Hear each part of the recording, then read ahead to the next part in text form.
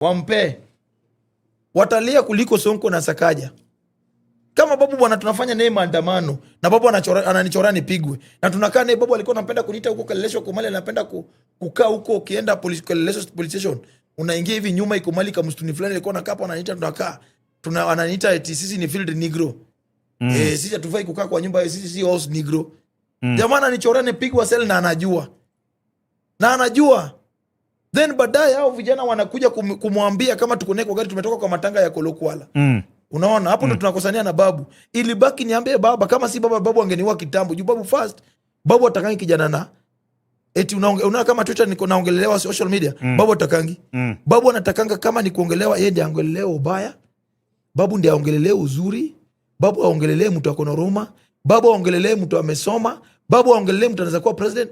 Yani babu hata ameshinda Shetani juu Mungu, hata ametaka kushinda Mungu juu Mungu ameweka Shetani kwa kazi yake na amebaki Mungu. Shetani ajaribu wao wakuje kwangu ni waoko.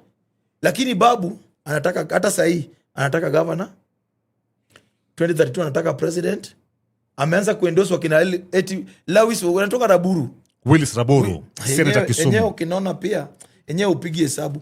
Yani eti babu anashika mkono yake sasa huyu. Hiyo ni conmanship. Hiyo babu anawavuta do hapo kwa hiyo sport ya wakina Paul Njoroge. Wanavutwa do deadly. Leta milioni 2 nitakubeba mkono.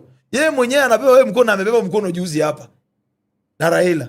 Luo Nyanza bwana, Luo Nyanza wafuate mtu eti babu abebe mkono ya mtu Luo Nyanza. Bwana kuna watu. Kisumu ilijaa juzi. Ilijaa juzi kwa sababu watu walikuwa watu walikaribisha ile Linda Mwananchi kabisa. Wacha nikwambie bro. Government walisaidia kina babu. Aje.